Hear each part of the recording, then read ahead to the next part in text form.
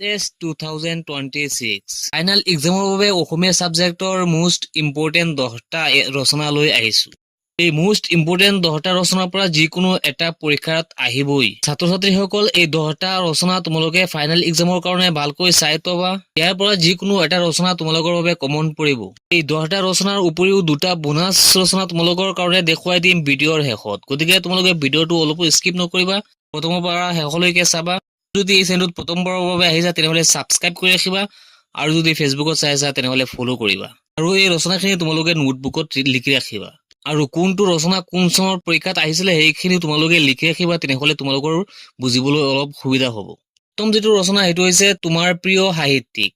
এইটো 2000 চনত আহিছে, 2002ত আহিছে, মাজত গেপ দি আকৌ 8ত আহিছে, 11ত আহিছে, 13ত আহিছে, 17ত আহিছে। 17ৰ পিছত 23 চনত আহিছে, কিন্তু 24 আৰু 25ত এইটো অহা নাই।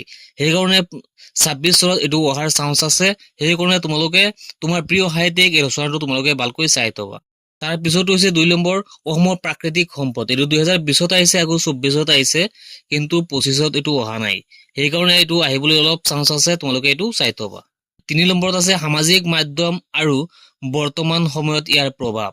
এইটো 2022ত আহিছে, 2023ত আহিছে, কিন্তু 24 আৰু 25ত এইটো অহা নাই। সেইকাৰণে এইটো আহিব পাৰে 2026ত। 4 নম্বৰত আছে মাদক দ্ৰব্য আৰু সমাজত ইয়াৰ কুপ্ৰভাৱ। 2017ত আহিছে আৰু 23ত আহিছে। 24 আৰু 25 দুটা গেপ আছে, সেইকাৰণে এইটো 26ত আহিব পাৰে। তোমালোকে এইটো ভালকৈ চাই থবা। 5 নম্বৰত আছে অসমৰ বানপানী আৰু ইয়াৰ প্ৰতিকাৰৰ উপায়। 2016 চনত আহিছে, 17 চনত আহিছে, তাৰপিছত আৰু অহা নাই, সেইটো তোমালোকে চাই থবা। 6 নম্বৰত আছে মানৱ সমাজলৈ বিজ্ঞানৰ অৱদান। এইটো 2024ত আহি গৈছে, 2025ত এইটো অহা নাই।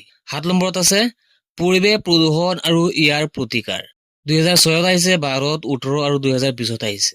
এইটো তোমালোকে ভালকৈ চোৱা। 2006ত আহিছে, আকৌ 6 বছৰৰ মূৰত 2012ত আহিছে, আকৌ 6 বছৰৰ মূৰত 2018ত আহিছে, তাৰপিছত আকৌ 2020ত আহিছে। এতিয়া আকৌ 6 বছৰৰ মূৰত 2026ত আহিব পাৰে।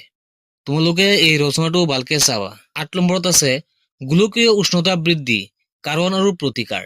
এই ৰচনাটো 2021 চনত আহিছে। 9 নম্বৰত আছে মাতৃভাষা শিকাৰ প্ৰয়োজনীয়তা। এইটো 2024ত আহি গ'ল। 10 নম্বৰত আছে সামাজিক মাধ্যম আৰু অসমীয়া ভাষাৰ ভৱিষ্যত। এইটো 2023 চনত আহিছে।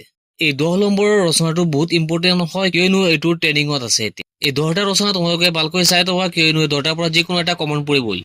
এতিয়া 10টা ৰচনা হৈ গ'ল, এতিয়া আহিছো বোনাছ ৰচনালৈ। যি দুটা বোনাছ ৰচনা দিম বুলি কৈছিলো, এই দুটা বোনাছ এতিয়া আলোচনা কৰিম। এই বোনাছৰ মাজত 1 নম্বৰত আছে অসমত বিদেশী সমস্যা আৰু ইয়াৰ সমাধান। অসমত বিদেশী সমস্যা আৰু ইয়াৰ সমাধান এইটো ট্ৰেণ্ডিঙত আছে বৰ্তমান সময়ত, সেইকাৰণে এইটো আহি যাব পাৰে। সেইকাৰণে তোমালোকে এইটো ভালকে চাই ৰাখিবা। বোনাছ নাম্বাৰ 2 জনসংখ্যা বৃদ্ধি আৰু ভাৰতৰ অৰ্থনৈতিক সংকট। এইটো বৰ্তমান সময়ত ফুল ট্ৰেণ্ডিঙত আছে, তোমালোকে এইটো ভালকৈ চাবা। এই ৰচনাটো 2019 আৰু 2020ত আহিছে। বোনাছত থকা 1 নম্বৰটো ফুল ট্ৰেণ্ডিঙত আছে, এইটো তোমালোকে ভালকৈ চাবা। 10টা দিয়া হৈছে মেইন ৰচনা আৰু 2টা দিয়া হৈছে বোনাছ ৰচনা। এই 10টা আৰু 2টা 12টা ৰচনাৰ পৰা যিকোনো এটা তোমালোকক কমন পৰিবই। সেইকাৰণে তোমালোকে সময় থাকোতে এইখিনি চাই ল'বা। আজিৰ ভিডিঅ'টো এইখিনি, লগ হ'ব নেক্সট ভিডিঅ'ত।